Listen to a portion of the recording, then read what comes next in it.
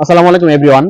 বাংলাদেশ এবং জিম্বাবুয়ের মধ্যকার সিরিজ চলছে, যার মধ্যে একমাত্র টেস্টে বাংলাদেশ তাদের কাছে গোহারা হেরেছে। ইনিংস ব্যবধানের পাশাপাশি 85 রানে হেরে কিন্তু বাংলাদেশ একটা লজ্জার পরাজয় বরণ করে নিয়েছে। তবে এখন লজ্জার পরাজয় সেই গ্লানি ভুলে এখন আমাদের সামনে আগানোর পালা, এবং যার ফলশ্রুতিতে এখন আগামীকাল 6 জুলাই থেকে শুরু হতে যাচ্ছে বাংলাদেশ এবং জিম্বাবুয়ের মধ্যকার 3 ম্যাচের ওয়ানডে সিরিজ। এখন সম্পূর্ণ ফোকাস ওয়ানডে সিরিজকে ঘিরে।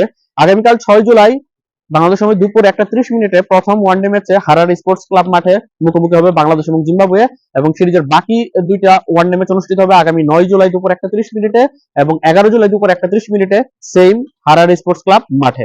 অর্থাৎ 6, 9 এবং 11 জুলাই তিনটা ম্যাচই দুপুর 1:30 হারার স্পোর্টস ক্লাব মাঠে অনুষ্ঠিত হবে। এখন এই সিরিজের আগে বাংলাদেশের ওয়ানডেতে অবস্থান কি যদি বলি, সবশেষ বাংলাদেশ ওয়ানডে সিরিজ যে খেলেছে গত জুন মাসে অস্ট্রেলিয়ার এগেনস্টে, সেটা কিন্তু আমরা 2-1 সিরিজটা জিতেছিলাম। আমাদের হোয়াইট ওয়াশ করার সুযোগ থাকলে আমরা তাদেরকে হোয়াইট ওয়াশ করতে পারিনি। তার আগে আমরা গত এপ্রিল মাসে আমরা নিউজিল্যান্ডকে হারিয়েছি ঘরের মাঠে 2-1 ওয়ানডেতে। তার আগের মাসে পাকিস্তানের বিপক্ষে ঘরের মাঠে সিরিজটাতেও আমরা 2-1 ওয়ানডেতে তাদেরকে হারিয়েছি পাকিস্তানকে। তার আগে গত অক্টোবরে ঘরের মাঠে ওয়েস্ট ইন্ডিজকে আমরা 2-1 সিরিজ হারিয়েছি। অর্থাৎ সবশেষ অক্টোবর, মার্চ, এপ্রিল এবং জুন মাসে টানা 4টা হোম সিরিজের সবগুলো সিরিজেই কিন্তু আমরা 2-1 সিরিজগুলো জয় লাভ করতে পেরেছি। ওয়েস্ট ইন্ডিজকে হারিয়েছে, পাকিস্তানকে হারিয়েছি, নিউজিল্যান্ডকে এবং অস্ট্রেলিয়াকে হারিয়েছে, এবং সব বড় বড় দলকে কিন্তু হারিয়েই আমরা কিন্তু টানা 4টা সিরিজ যাবত অপরাজিত সিরিজ জয়ের করেছি আমরা সবগুলোতে। এখন আমাদের জিম্বাবুয়েকে সিরিজ হারানোর পালা।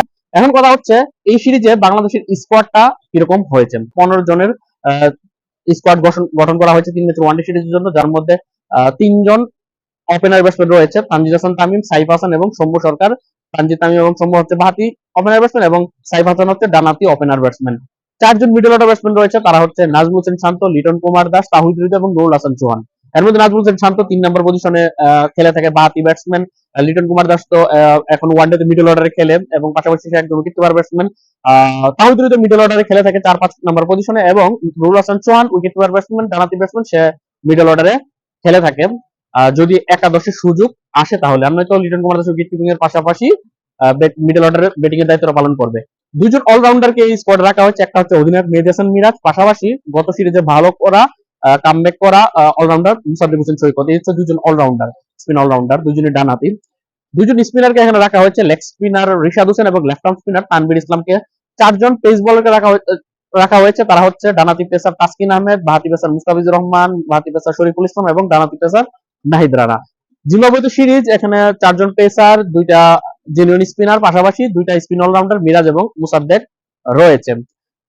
এখন দেখার বিষয় এই স্কোয়াডের মধ্যে কোন 11 জন ক্রিকেটারকে নিয়ে আগামীকাল প্রথম ওয়ানডে ম্যাচে বাংলাদেশ জিম্বাবুয়ের এগেইনস্টে খেলতে নামে, সেটা দেখা খুব ইন্টারেস্টিং হবে। এখানে জিম্বাবুয়ে সিরিজ আমরা সবসময় ছোট করে দেখি, তারপরেও আমাদের জিম্বাবুয়ে সিরিজকে হালকাভাবে নেওয়া যাবে না, কারণ আমরা যেভাবে টেস্টটা তাদের কাছে গোহারা হেরেছি, সেই হিসাবে আমাদের জিম্বাবুয়েকে হোয়াইট ওয়াশ করতে হবে সে পরাজয়ের গ্লানি মোছার জন্য। এখন দেখার বিষয় মিরাজের নেতৃত্বে এবং সহ অধিনায়ক শান্তর সাপোর্টে আমরা এই সিরিজটা তাদেরকে হোয়াইট ওয়াশ করে আসতে পারি কিনা তাদের হোম গ্রাউন্ডে।